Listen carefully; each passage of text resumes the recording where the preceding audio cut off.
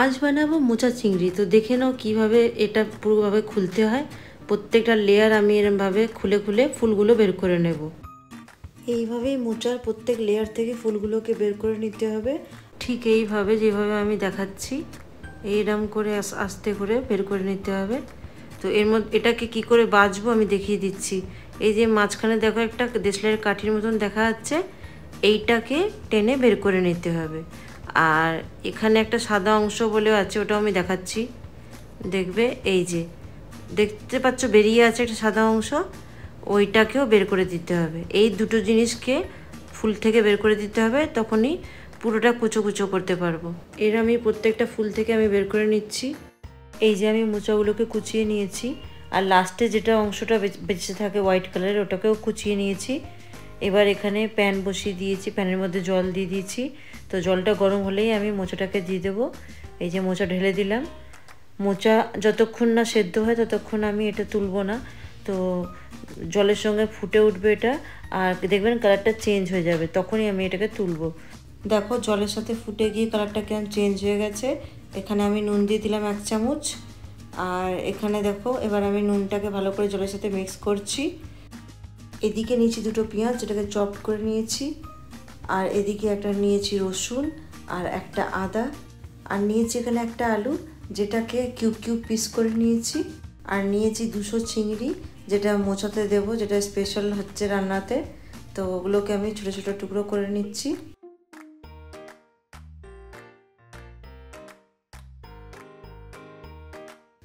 এবার আমি চিংড়ির পরিমাণ হিসেবে নুন হলুদ দিয়ে দেবো হালকা হালকা করে।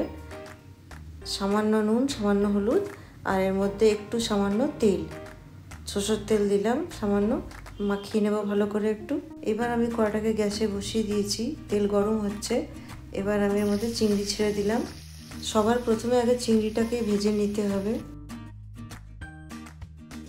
ভাজা হয়ে গেছে, এবার আমি তুলে নেব। খুব বেশি ভাজবো না চিংড়িকে।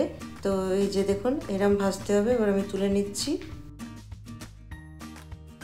সেই গরম তেলেতেই আমি দারচিনি আর 3টে এলাচ দিয়ে দিলাম। এবার দিয়ে দিলাম কুচো পেঁয়াজ আর আলু, দুটোই একসাথে দিয়ে দিলাম। দুটো একসাথেই ভেজে নেব আমি একবারে। তো ভালো করে উল্টে পাল্টে নিই। এবার এর মধ্যে দিয়ে দিলাম 1 চামচ হলুদ, দিলাম 2 চামচ জিরে। মোচা যেহেতু অনেকটা, এই জন্য জিরেটা একটু বেশি লাগবে। দিলাম 1 চামচ নুন। এই যে রসুন আদা বাটা, এটা দিয়ে দিলাম। ভালো করে সব কটাকে একসাথে মিক্স করে নেব, ভালো করে নাড়াচাড়া করে দেব। লাস্টে দিলাম লঙ্কার গুঁড়ো। আমি এখানে 1 চামচ লঙ্কার গুঁড়ো দিয়েছি, যদি তোমরা বেশি খাও তোমরা আর একটু বেশি দিতে পারো। এবার ঢেকে দিলাম 5-7 মিনিটের জন্য লো ফ্লেমেতে। এখানে এবার আমি দেবো 2টো টমেটো, যেটা আমি স্লাইস করে নিয়েছি। তো এই যে ঢেলে দিলাম। মশলাগুলোর সাথে টমেটোটাকে ভালো করে কষাতে হবে। সব হাই ফ্লেমেতেই আমি করছি এগুলো। তো এই যে কষিয়ে নিলাম। এরপর আমি এর মধ্যে যে চিংড়ি ভেজে রেখেছিলাম ওটা ছেড়ে দেব। এবার চিংড়িটাকেও ভালো করে মিক্স করে নেব এদের সাথে।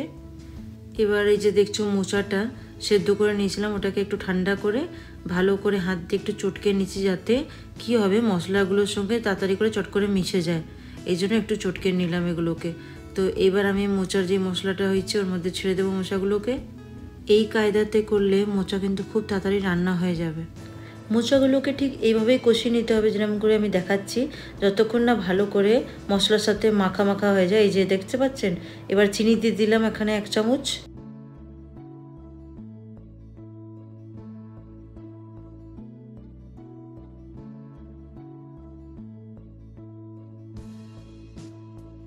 এবার লাস্টে অ্যাড করছি ঘি। ঘিটাকে ভালো করে এদিক ওদিক করে মিক্স করে নিয়ে আমি গ্যাসটা বন্ধ করে দেব। মোচা চিংড়ি আমার বানানো কমপ্লিট হয়ে গেছে। তো এই রেসিপিটা তোমাদের কেমন লাগলো নিশ্চয়ই কমেন্ট বক্সে জানিও। আর একবার এটাকে নিশ্চয়ই ট্রাই করবে, ট্রাই করে আমাকে জানিও যে কেমন বানালে। তো চলো আবার আমি অন্য নতুন রেসিপি নিয়ে খুব শিগগিরই তোমাদের সঙ্গে দেখা করছি। ততক্ষণের জন্য টাটা, ভালো থাকবে, সুস্থ থাকবে।